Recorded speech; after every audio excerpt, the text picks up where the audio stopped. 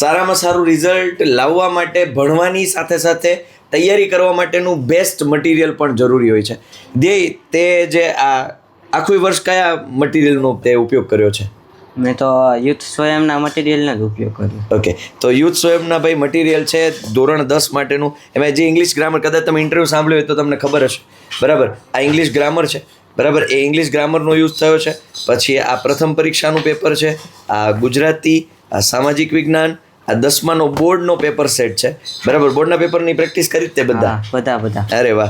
ઇંગ્લિશની text book છે, સંસ્કૃત છે, અને આ બોર્ડનું સોલ્યુશન છે, એટલે એને પ્રેક્ટિસ માટેનું જે સોલ્યુશન છે. In short, each and every books કે જે યુથ સ્વયં પબ્લિકેશનની છે એના ઉપયોગ થકી આજે અને પોતાની મહેનત, પોતાની લગન, અને જ્યારે મટીરિયલની જરૂર પડી છે ત્યારે યુથ સ્વયં એની સાથે છે.